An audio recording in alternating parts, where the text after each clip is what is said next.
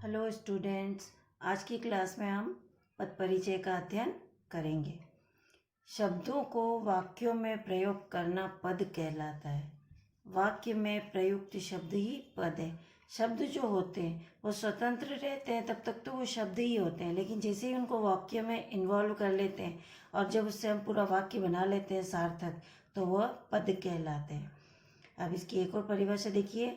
वाक्य में प्रयुक्त पदों का व्याकरण की दृष्टि से पूरा पूरा परिचय देना ही पद परिचय कहलाता है।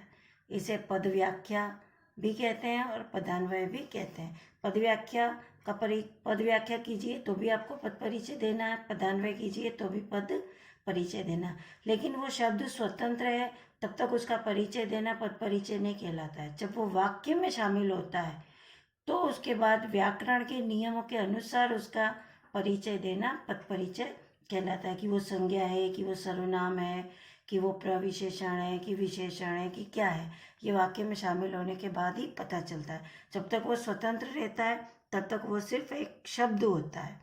तो देखिए वाक्य जैसे संज्ञा, किसी भी वाक्य में अगर संज्ञा शब्द है, अगर हम उसका परिचय दे रहे हैं तो हमें उस संज्ञा शब्द का भेद भी बताना पड़ेगा, उसका लिंग क्या है वो बताना है, वचन, कारक, क्रिया से संबंध।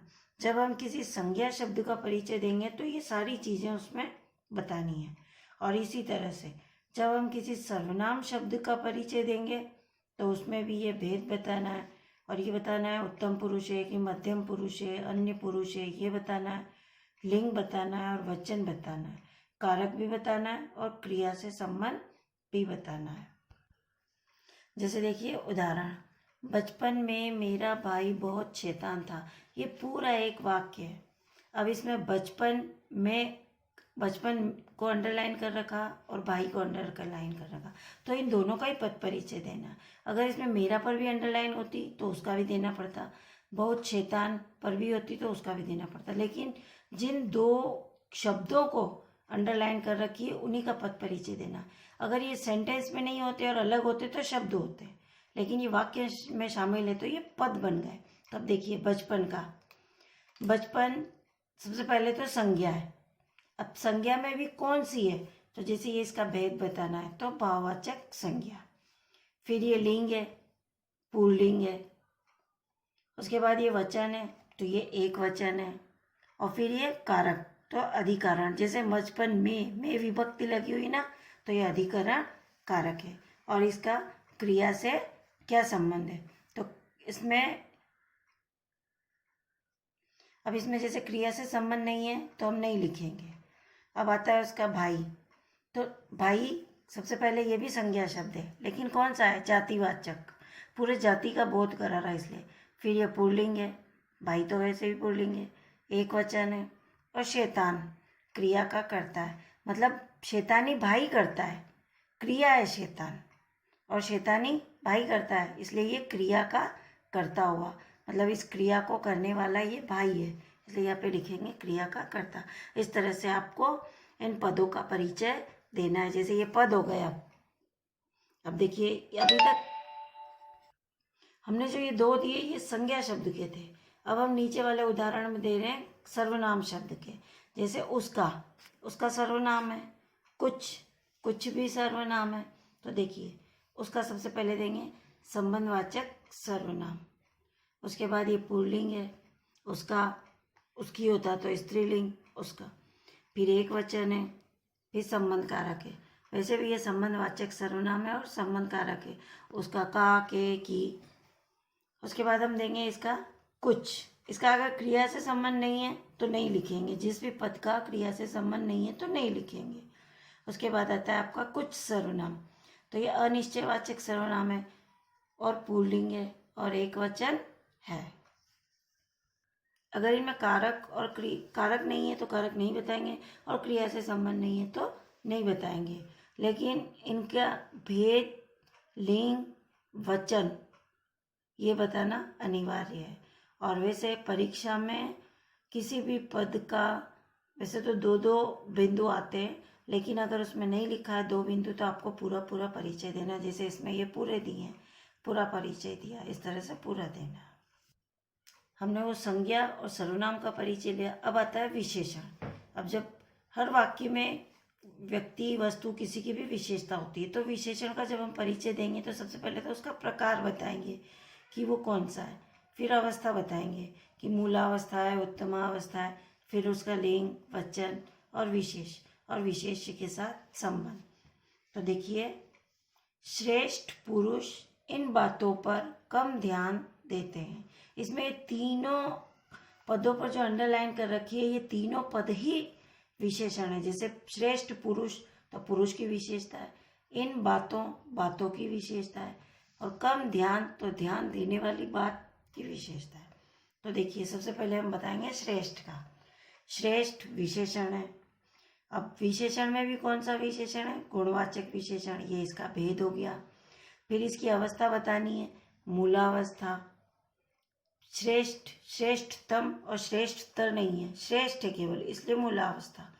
फिर ये पुल्लिंग है, वैसे भी ये पुरुष के साथ लगा, आपको पता करने में आसानी रहेगी कि ये पुल्लिंग है। फिर एक वचन है, विशेष पुरुष से संबंध है, ये जिसकी विशेषता बता रहा है वो विशेष, तो इसका संबंध पुरुष से। उसके बाद आता है इन, तो इन संकेतवाचक विशेषण है।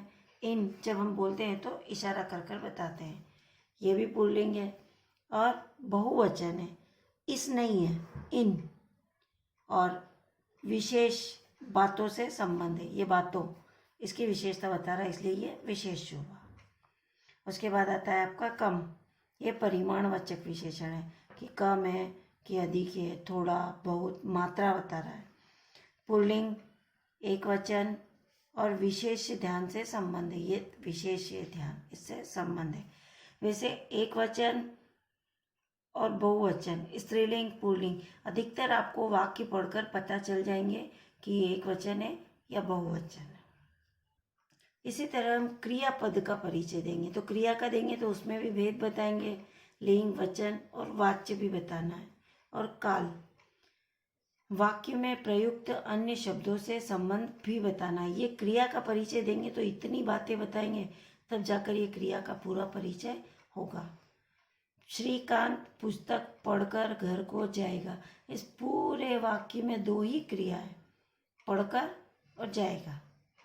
श्रीकांत तो संज्ञा हो गया, पुस्तक भी संज्ञा हो गया, घर को जाएगा, जाएगा क्रिया हो गई, घर भी संज्ञा हो गया। तो इस तरह से देखिए आप, पढ़कर, पढ़कर पूर्वकालिक क्रिया है। सबसे पहले तो मैंने पहले ही कहा था कि जब पढ़ मूल क्रिया होती है, उसके साथ अगर हम कर प्रत्यय लगाते हैं तो वहाँ पूर्वकालिक क्रिया होती है।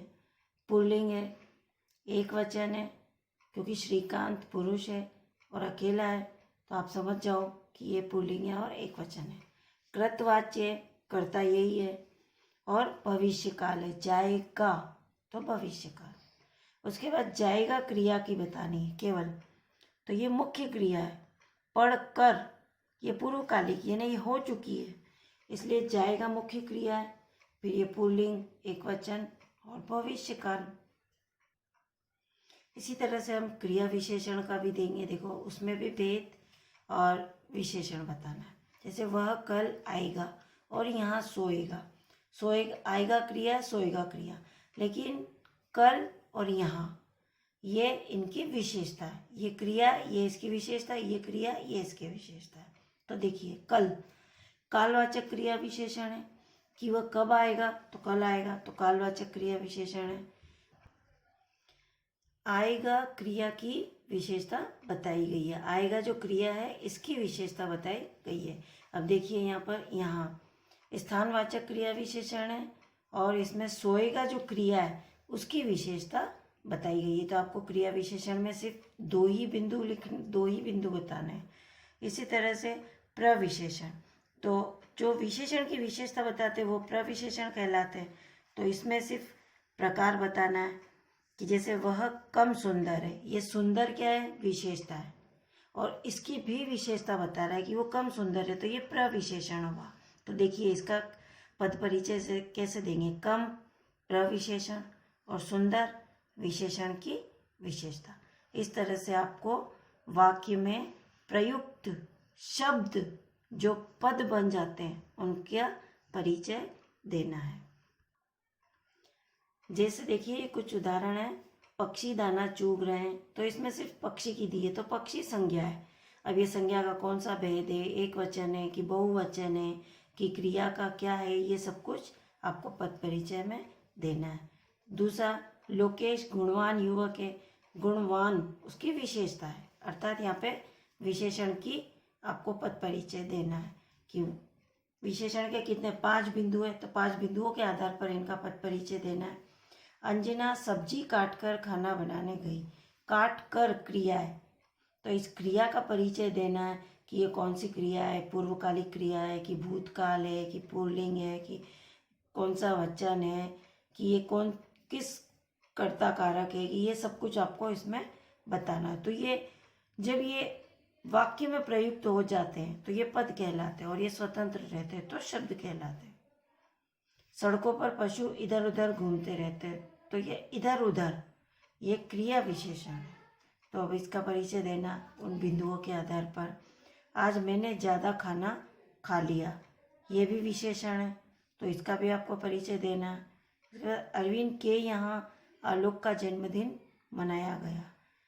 तो वो जो अवयव होते हैं ना, समुच्चय बोधक अवयव, विस्मयादि बोधक अवयव और संबंध बोधक अवयव, तो अवयव जो होते हैं वो वाक्य में अन्य शब्दों के साथ संबंध स्थापित करते हैं। तो के यहाँ पर ये अवयव है, तो आपको इसका भी परिचय देना है। जैसे ये संबंध बोधक अवयव है, ये स्थान का बोध करा रहे, तो स्थानवाचक संबंध बोधक है। अरविंद व आलोक का संबंध स्थापित करते हैं, ये अरविंद और आलोक जो दोनों संज्ञा है, इनके बीच का ये संबंध स्थापित कर रहे हैं।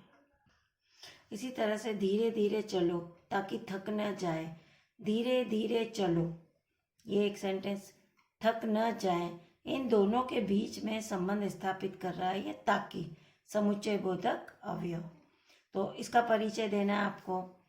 उसके बाद आप रोटी सब्जी खाएंगे या दाल भात, तो ये या शब्द भी इन दोनों के बीच में संबंध स्थापित करने का काम कर रहा है, तो इसका परिचय देना है कि समुच्चय बोधक अवयव है या समानाधिकरण है, रोटी सब्जी व दाल भात में संबंध स्थापित कर रहा है।